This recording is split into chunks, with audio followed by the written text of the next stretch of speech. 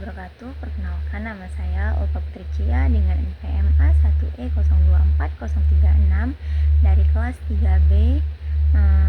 Di sini akan menjelaskan tentang percobaan gelombang berdiri pada tali dengan asisten praktikum Mbak Dwi Anissa Nurasana. Apa sih dimaksud dengan gelombang berdiri pada tali?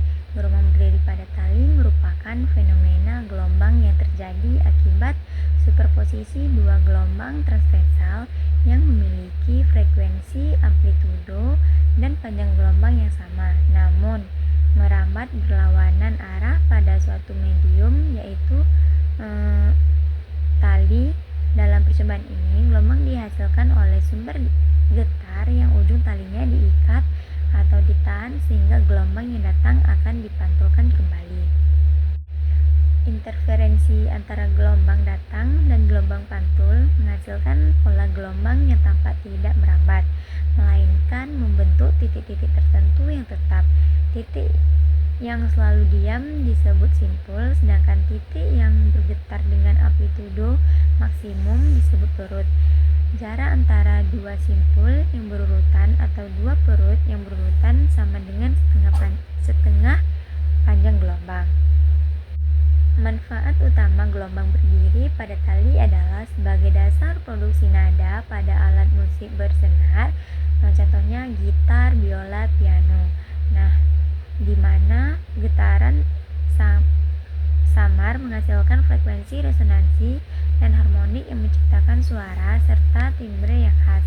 Selain itu, fenomena ini digunakan dalam eksperimen ilmiah seperti percobaan Melde untuk menghitung kecepatan lambat gelombang dan mempelajari hubungan antara tegangan serta massa jenis tali dalam fisika akustik.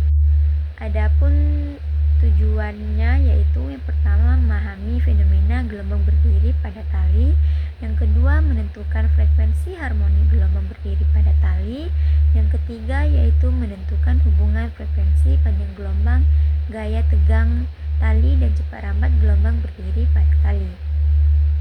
Adapun alat dan bahan beserta fungsinya, yang pertama audio generator sebagai sumber frekuensi yang menghasilkan frekuensi yang diatur untuk mencapai resonansi. Yang kedua yaitu vibration generator. Fungsinya untuk mengubah sinyal listrik menjadi getaran mekanik pada tali.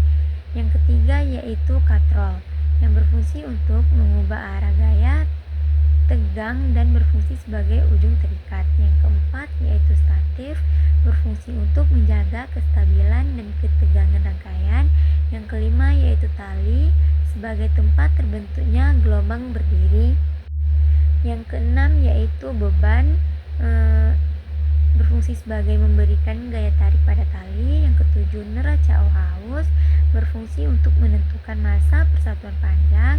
Yang kedelapan garis, berfungsi untuk mengukur panjang gelombang dan panjang efektif tali.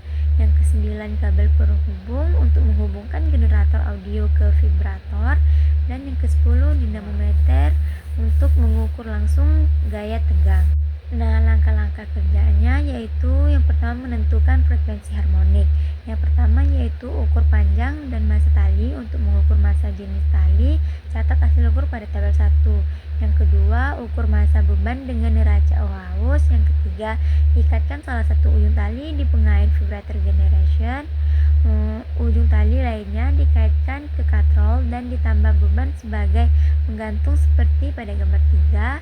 Hitung panjang tali dari pengait vibration generator sampai tali kontak dengan katrol sebesar 100 cm. Hubungkan vibration generation ke audio generator dengan kabel penghubung. Yang keempat, hubungkan audio generator ke sumber tegangan listrik. Yang kelima, tekan tombol on pada audio generation. Yang keenam, atur level, masukkan menjadi level 3, ubah frekuensi 1 sampai 11 Hz hingga terjadi getaran pada tali. Yang ketujuh, atur nilai frekuensi. Yang ke-8, catat nilai frekuensi. Yang ke-9, ulangi langkah 6 sampai 8 dengan tingkatan frekuensi secara bertahap yaitu F2, F3 dan F4. Selanjutnya, pengaruh gaya tegang tali terhadap cepat rambat gelombang berdiri pada tali. Nah, yang pertama, rangkai alat seperti gambar 3, hitung panjang tali dari pengait vibration generation sampai tali kontrak dengan katrol sebesar 100 cm. Yang kedua, atur frekuensi sehingga menghasilkan harmonik 4 atau berbentuk gelombang mudah. Yang ketiga yaitu tanpa mengubah nilai frekuensi. Yang kelima, ulangi langkah 3-4 kali penambahan beban, lengkapi data pada tabel 2. Nah, kesimpulan dari praktikum ini menyimpulkan bahwa cepat rambat gelombang adalah hasil kali frekuensi dengan panjang gelombang, di mana frekuensi dan panjang gelombang saling berbanding terbalik. Selain itu, berdasarkan hukum Melde, cepat rambat gelombang pada tali hanya dipengaruhi oleh dua faktor, yaitu berbanding lurus dengan akar gaya tegangan tali dan berbanding terbalik dengan akar massa jenis linear tali.